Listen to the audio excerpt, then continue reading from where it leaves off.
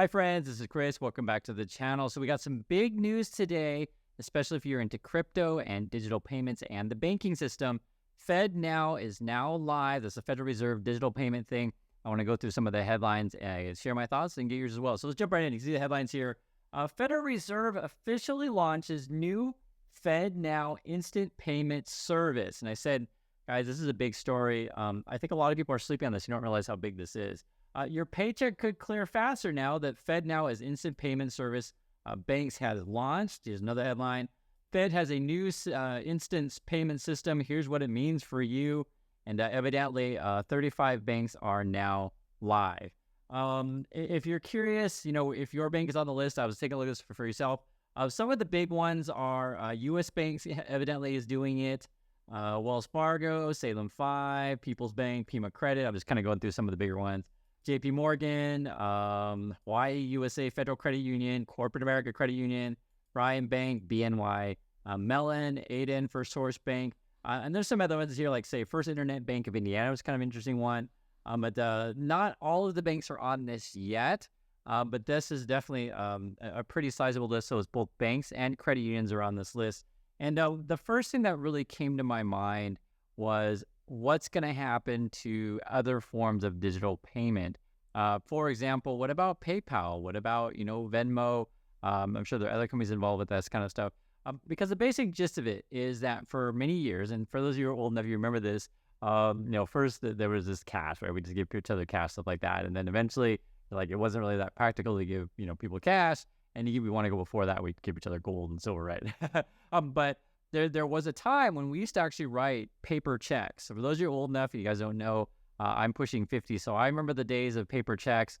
And if you remember, you have to wait for a check to clear, did your check bounce, and all this kind of stuff was like a really ridiculous system. And, finally went digital. But this is something that is really interesting because the digital before would be like, say, wire payments and those kind of things. Banks would often, or not they often charge you fees for this stuff. And it's slow. Our wire transfer system, our ACH system isn't so great, as you guys know. And with this sort of FedNow, the basic idea is that we're going to speed up the process of payments. And so I think this is a really big challenge to crypto, because I know one of the, sort of selling points of crypto is that, hey, it's a digital payment, it's lightning speed, it's fast, we can send money across borders, this kind of stuff, right? And if the Federal Reserve is going to be doing this kind of thing, and essentially other governments are as well, or I say governments, but we'll say other central banks, a better way to put it, other central banks are as well around the world, I think it's going to be tough for crypto. Now, I'd be curious, just talking with you guys, now that FedNow is live, for those of you who are crypto bulls, what's the case for crypto these days? And now I can tell you, I'm in Korea, and here in Korea, we've been doing digital payments for a really long time. All of the major banks have it. You can just basically send people money instantaneously. And it's actually been really, really good. This is something that, if you don't have the cash on you, because, say, in USA, right, a lot of people, and I get it, and I'm sure you guys understand this is like, so sometimes if you don't trust someone or you just want to, for sake of simplicity, is like, give me the cash. I know the cash is there. I can see it. And this is sort of the same thing with the digital banking system here in Korea. Is like, I can send money from my bank directly to your bank, and you literally get it right away, instantaneously. So, in USA, I think people tend to use like a Venmo kind of thing if you want to send money immediately, because, it's convenient, because it's not really convenient to have cash. But if you had a system through your bank and it wasn't, Venmo is not PayPal, and I know they're the same company, but I'm saying, for example, wouldn't you just go through your bank? Now, one of the things I was asking my wife about this, here in Korea, we send each other money through banks. We also actually do use a third party. So in this case, it's Kakao. Kakao, if you don't know, it's basically like the WhatsApp, the messaging service here in Korea. But Kakao's a really big company. It's a kind of equivalent to like a Meta/Facebook. So they got all kinds of stuff, deliveries, taxis, stores, all kinds of stuff. And Kakao Payments, it has been catching up, catching a lot of customers. The main reason is that, and I'm going to tell you, when I want to send money from my bank to another person's bank, yes, it's instantaneous, but it requires one, you need like your password for your bank, and then you need like a special code card. But the best way to describe it is kind of like a spy code kind of thing, to where you have it'll say tell me the first two digits of line 13 and the second two digits of, say, like line 25, and you got like this key card thing. I'm not going to show you mine, of course. It's a password thing. But it's like a two-step system. And some people in Korea have it where like you have like is it OTP is the right word for it? It's the one-time security key kind of thing to where like you know, say you want to send a payment and then you have like a little, you know, thing that sends you like a you know, one-time password, yeah, OTP one-time password, and you put it in that way. So the advantage, and I'm just going back to say like Kakao or maybe for crypto is perhaps the argument they'll make is that is for simplicity. The one thing I would say, and this is a big negative of crypto, and again, I'd love to hear from crypto bulls to tell me otherwise.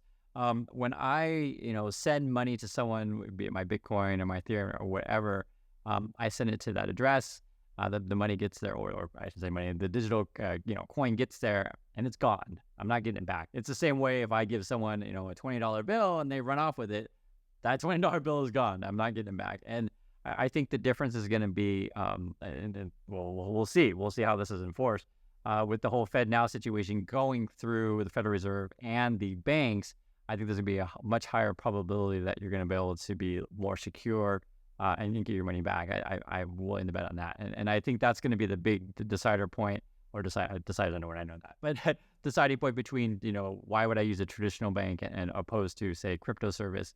Because this is a real thing. And I don't know, you know, your guys' experience with this, but, you know, I've had it a few times where be it a credit card or, you know, be it a bank account where like, you're like, what the heck? I don't know what that charge is. And you call up your bank, you say, I don't know what that charge is.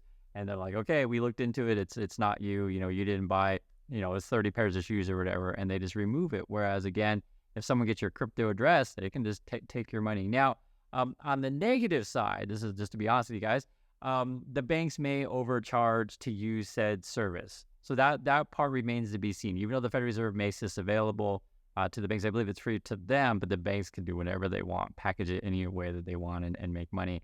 And this is something that I, you know, I don't talk about politics all the time on the channel, but this is something that I believe, in my opinion, should be an important issue for Americans is banks like to overcharge for a lot of their services. Like it was just recently, Bank of America had like this major fines that they were charging people too much money for like, you know, ATM kind of stuff, or they were making up, they were actually opening accounts without customers' permission. So the Bank of America.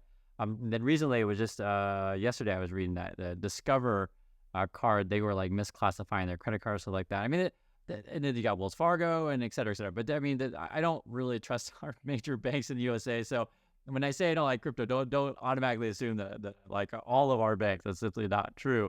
And something that's why I mentioned I don't talk about politics all the time on the channel, but I do support any politicians that's like, hey, I don't think that banks have a right to charge any number of fees they want to customers or gouge customers. So if you disagree with that, if you you know, want to pay high fees to use the ATM, or you want to pay high fees, you know, on your credit card, etc., please let me know. But I am against that kind of stuff. So I'm going to be curious how the banks implement FedNow. And then you have the other issue of will there be a digital dollar? I think there's a high chance of that. I really do. And there's been discussion for this for quite a long time. Other countries have gone this. I think the euro is going to go that way. I want to say it's like October.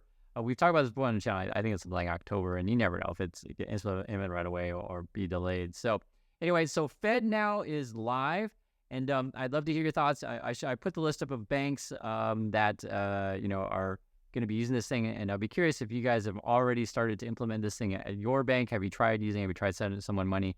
Does it work? Or do you think that we're still going to use crypto, and we're still going to use, say, like Venmo, which isn't necessarily crypto? Because that's an interesting question. My opinion is I think companies like PayPal are probably going to take a real hit from the FedNow. That's my opinion, but you know, you never know. We'll see. Thanks again for watching. Please share your thoughts, and I'll catch you in the next video.